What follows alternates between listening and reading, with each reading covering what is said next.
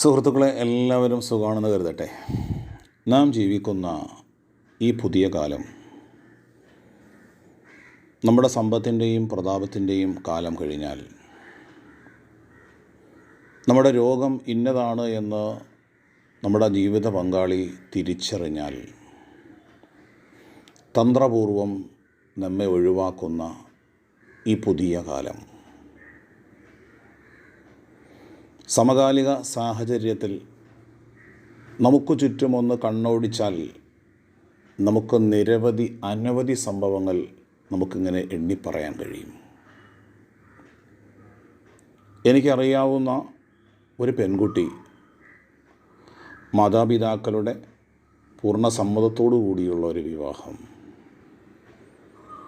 പ്രവാസിയായ ആ പിതാവ് 30 വർഷക്കാലം ഗൾഫ് രാജ്യത്ത് പണിയെടുത്തിട്ട്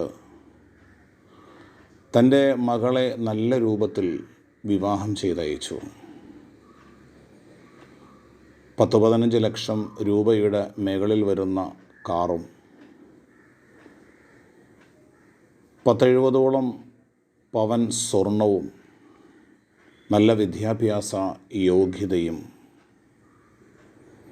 അതുപോലെ തന്നെ ചോദിച്ചു, ഈ വീട് ആർക്കാണ്? ആ സാധു മനുഷ്യൻ, പ്രവാസിയായ ആ സഹോദരൻ അവരോട് പറഞ്ഞു, ഇതെൻ്റെ മക്കൾക്ക് തന്നെയാണ്. കാരണം ഞാൻ ഗൾഫിൽ കുറേ അധ്വാനിച്ച് പാടുപെട്ട് ഞാൻ എൻ്റെ 2 മക്കളെയും പഠിപ്പിച്ചെടുത്തു. മകൾക്ക് വേണ്ടുന്ന സമ്പത്തും കാര്യങ്ങളുമൊക്കെ കൊടുത്തിട്ട് വയസ്സാം കാലത്ത് വീട്ടിൽ താമസിക്കാമെന്ന ആഗ്രഹം. അവർ സമ്മതിക്കില്ല എന്ന് ബോധ്യപ്പെട്ടപ്പോൾ തൻ്റെ മകളാണല്ലോ എന്ന് ബോധ്യപ്പെട്ട് മകൾക്ക് അവർ താമസിച്ചിരുന്ന വീടും ഓഫർ ചെയ്തു. നമ്മുടെ കാലം കഴിഞ്ഞു എന്നാണ് അവർ പറഞ്ഞത്. വിവാഹം വളരെ വലിയൊരു കൺവെൻഷൻ സെൻറ്ററിൽ നടന്നു. നല്ല രൂപത്തിൽ വിവാഹമൊക്കെ കഴിഞ്ഞു. പക്ഷേ 6-7 മാസക്കാലം കഴിഞ്ഞ് മുൻപോട്ട് പോകുമ്പോൾ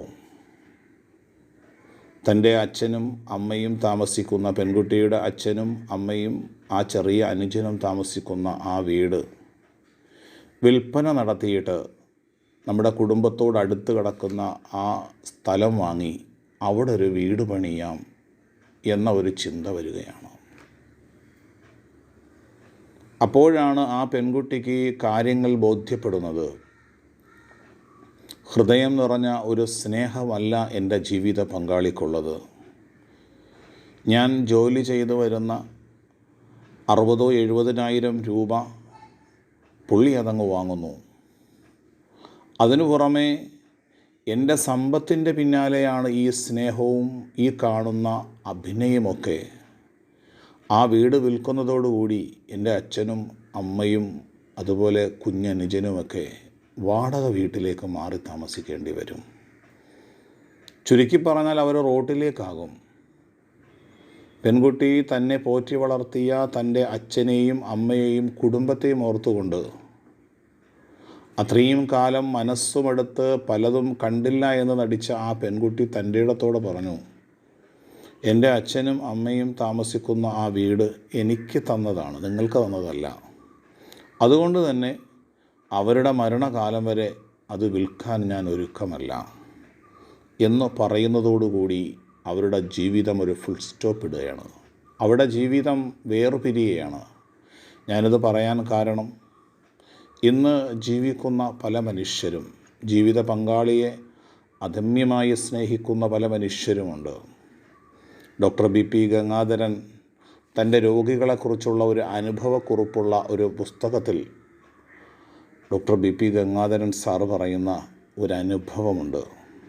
വിവാഹം കഴിഞ്ഞിട്ട് 2 മാസമേ ആയിട്ടുള്ളൂ. ആ പ്രവാസിയായ സഹോദരൻ വിദേശത്തേക്ക് പറന്നു. 3-4 മാസം കഴിഞ്ഞിട്ട് തൻ്റെ വിവാഹം കഴിഞ്ഞ ഭാര്യയ്ക്ക് ചെറിയ രോഗങ്ങളുടെ ലക്ഷണങ്ങൾ രൂപപ്പെട്ടു. ഹോസ്പിറ്റലിൽ മാറി അവസാനം RCCയിലേക്കെത്തി. ക്യാൻസറിൻ്റെ 4ാം സ്റ്റേജിലായ ആ പെൺകുട്ടി ഡോക്ടർ പറഞ്ഞു, ഇത്രയും വലിയ സമ്പത്തിൻ്റെ ഒരു ബാധ്യതയുണ്ട്, നിങ്ങളുടെ ക്യാൻസർ അതിൻ്റെ 4-ാം സ്റ്റേജിലേക്കായി. നിങ്ങൾ സാമ്പത്തികമായിട്ട് വളരെ പിറകിലോട്ടാണ്. ചികിത്സിക്കുകയാണെങ്കിൽ ചികിത്സിക്കാൻ വലിയൊരു ബാധ്യത നിങ്ങൾക്കാകും. ആ പെൺകുട്ടിയും കുടുംബവും മടങ്ങിപ്പോയി. ഇതറിഞ്ഞ പ്രവാസിയായ ആ സഹോദരൻ 2 ആഴ്ച കഴിഞ്ഞ് നാട്ടിലെത്തിയിട്ട് ഡോക്ടറെ കാണാൻ വേണ്ടിയിട്ട് പോയി. ഡോക്ടറെ, 2 ആഴ്ചയ്ക്ക് മുമ്പ് വന്ന ഒരു പെൺകുട്ടിയുടെ ഹസ്ബൻഡാണ് ഞാൻ. ക്യാൻസറിൻ്റെ 4-ാം സ്റ്റേജാണെന്ന് പറഞ്ഞു. ഞങ്ങളുടെ ജീവിതം, ഞങ്ങളുടെ വിവാഹം കഴിഞ്ഞിട്ട് വെറും 2 മാസമേ സന്തോഷത്തോടെ ഇവിടെ നാം ജീവിച്ചു. ഞാൻ എന്നിട്ട് വിദേശത്തേക്ക് പോയി. എൻ്റെ ഇണയെ, എൻ്റെ ജീവിത പങ്കാളിയെ ഞാൻ മരണത്തിന് വിട്ടുകൊടുക്കാൻ ഒരുക്കമല്ല. ഡോക്ടർ ചികിത്സിക്കാൻ തയ്യാറാണെങ്കിൽ ഇതിന് വേണ്ടുന്ന ക്യാഷ് ഞാൻ എവിടെ നിന്നും സമ്പാദിക്കാം. അദ്ദേഹത്തിൻ്റെ അനുഭവക്കുറിപ്പിൽ ആ ഡോക്ടർ BP ഗംഗാധരൻ സാറ് വ്യക്തമാക്കുന്നു. ആ പാവപ്പെട്ട ചെറുപ്പക്കാരൻ രാവും പകലും അധ്വാനിച്ച് ചികിത്സയ്ക്കുള്ള ക്യാഷ് കണ്ടെത്തി ട്രീറ്റ്മെൻറ്റ് തുടർന്നു. വലിയൊരു അത്ഭുതമെന്നോണം വലിയ ഒരു കുഴിയുടെ അഗാധ ഗർത്തത്തിൽ വീണുപോയ ആ പെൺകുട്ടിയെ ജീവിതത്തിലേക്ക് ആ ജീവിത പങ്കാളി കൈപിടിച്ചുയർത്തി. സമ്പത്തിനും പ്രതാപങ്ങൾക്കും അപ്പുറം സ്നേഹത്തോട് ചേർത്ത് പിടിക്കാൻ. കാരണം അത്തരം ജീവിത പങ്കാളികളിൽ നിന്ന് വളർന്നു വരുന്ന ചെറിയ മക്കൾ സ്നേഹവും കാരുണ്യത്തോടും കൂടി പരസ്പരം സമ്പത്തിനപ്പുറം, സമ്പാദ്യങ്ങൾക്കപ്പുറം മനുഷ്യരെ സ്നേഹിക്കുന്ന, ജീവിത പങ്കാളിയെ പരസ്പരം സ്നേഹിക്കുന്ന, 2000-ഉം 3000-ഉം സ്ക്വയർ ഫീറ്റ് വീടും സൗകര്യങ്ങളും ഉണ്ടായിട്ട്, യാത്ര ചെയ്യാൻ 1 കോടിയുടെയും 2 കോടിയുടെയും വാഹനങ്ങളുണ്ടായിട്ട് ഒരു സമാധാനവുമില്ലാതെ കഴിയുന്ന നിരവധി ജീവിത പങ്കാളികളുണ്ട്. അവിടെയൊക്കെ പരസ്പര വിട്ടുവീഴ്ചയും സ്നേഹവും കാരുണ്യവുമാണ് പ്രധാനം. പലപ്പോഴും 2 പേരും തമ്മിലുള്ള ഒരു അഡ്ജസ്റ്റ്മെൻ്റാണ്. പല വിവാഹവും കഴിഞ്ഞിട്ട് ചില അമ്മമാർ സ്വന്തം മക്കളെ പൂർണ്ണമായും വിട്ടുകൊടുക്കാൻ തയ്യാറല്ല. ഒരു പൂർണ്ണ സ്വാതന്ത്ര്യത്തിലേക്ക് അവർ വിട്ടുകൊടുക്കാൻ തയ്യാറല്ല. ആ ഒരു രൂപത്തിലേക്ക് പോകുമ്പോൾ അകൽച്ചയും വിള്ളലുകളുമൊക്കെ അവരുടെ ദാമ്പത്യങ്ങളിലുണ്ടാകുന്നു. അവിടെയൊക്കെ മാതാപിതാക്കൾ ശ്രദ്ധിക്കേണ്ടത്, തൻ്റെ മകൻ്റെ ഭാര്യ എന്ന് പറയുന്നത് വീട്ടിലെ ജോലിക്കാരിയല്ല, എൻ്റെ ഒരു മകളാണ്. ആ മകളും മകനുമെന്ന സ്നേഹത്തോടെ നമ്മുടെ കുടുംബത്തിലേക്ക് കടന്നു വരുന്ന അതിഥികളെ ആദരപൂർവ്വം സ്വീകരിച്ചുകൊണ്ട് അവരിലൂടെ ജനിക്കുന്ന പുതിയ മക്കൾക്ക് സ്നേഹത്തിൻ്റെയും കാരുണ്യത്തിൻ്റെയും കരസ്പർശങ്ങൾ നമ്മളിൽ നിന്ന് ബോധ്യപ്പെട്ട് നന്മ നിറഞ്ഞ ഒരു പുതിയ സമൂഹം നമുക്കിടയിൽ വളർന്നു വരട്ടെ എന്ന് പറഞ്ഞുകൊണ്ട് നിർത്തുന്നു.